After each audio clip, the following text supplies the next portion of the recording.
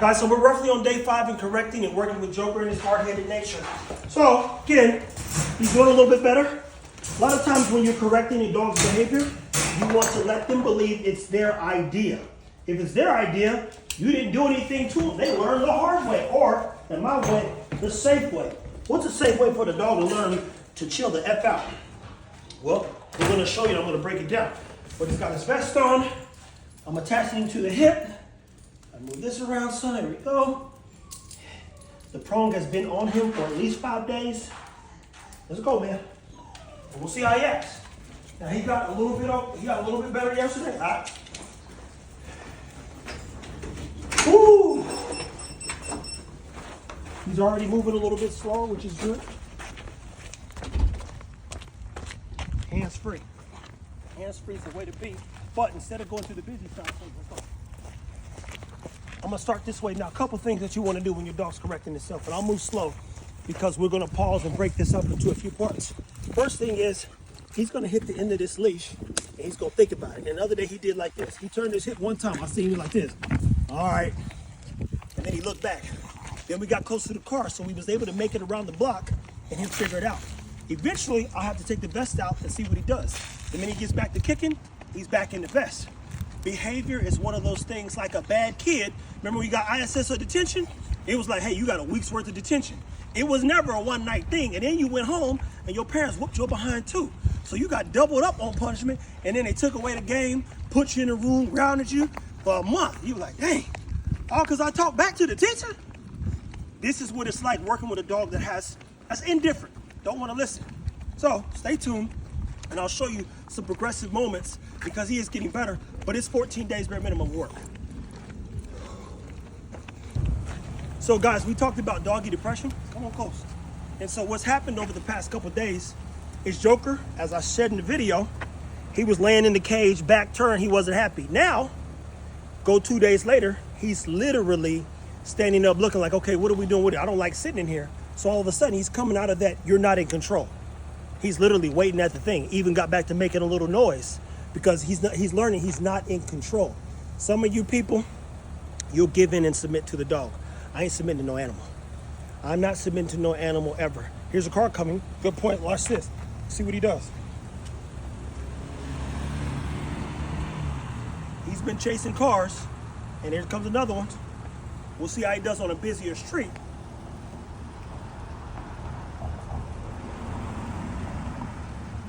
This is progress, people. I gave him a day off. So for 1 day, he only went to the bathroom by himself, and he didn't get to do nothing. He's seeing Maestro running around the house, the dogs, and he's like, hey, man, I belong out there too. No, you belong thinking clear-headed, and you didn't get focused on me. So you're literally watching him slowly but surely change. And again, I'm hands-free. I don't need to be yanking on the collar. I'm literally learning with the dog, from the dog, and I'm doing the one thing most people don't have, and that's being patient. You gotta be patient, because Chris Moore's dogs lived, some of them 14.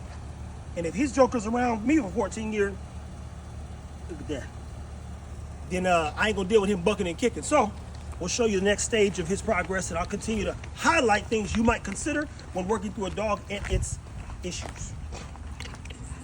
Guys, so here we are. This is the busy part of the street. There's a car coming. Normally, he'll start looking and waiting.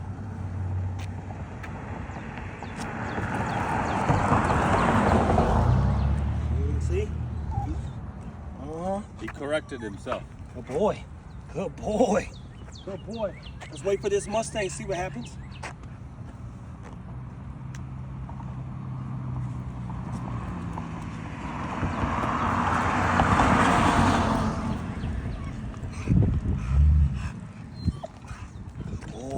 Good boy, Joker, good boy. You want to reward him. Don't forget to praise your dog, man. We don't do enough of this for ourselves at times, but like I said, I can't have a dog acting crazy. Not in the house, not outside, not in people's yards, not in any circumstance or situation.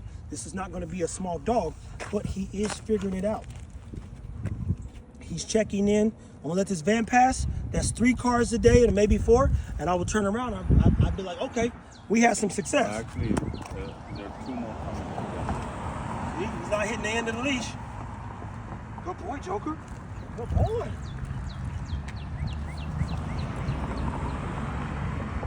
Hey.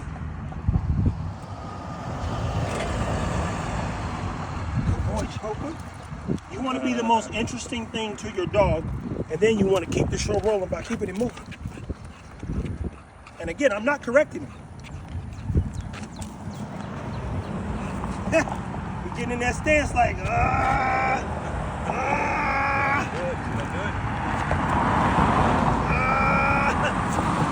Look, he's so worked up. He's like, I need to get a car. Just let me get the one car. You go, no cars.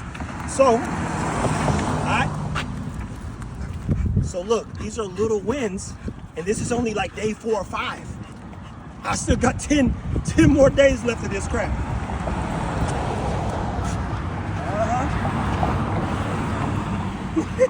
This is what you call high stressful situation for a dog. We got some dogs barking, which are good distractions.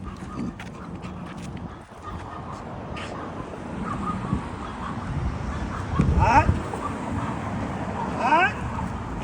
Good boy. Hey, this is correcting some behavior. It's super important. Here we go. Chisnell. Take care of your dogs, people. We got better today. We got a little bit better today, and that's all that matters. Now, guys, behavior is a real thing. It's a real problem, but it's a real opportunity. Food for thought. If you have a smart dog or a dumb dog, it requires you to learn about your dog. What I did was I allowed Joker to think everything is his idea.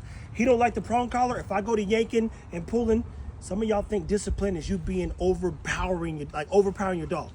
Hey man, why? You like, it's just a journey you're going on, so you don't want to create a reactive dog or build fear in the dog. This is already a submissive style dog, so he really don't want to act crazy. He just acting crazy because that's part of what also makes him who he is.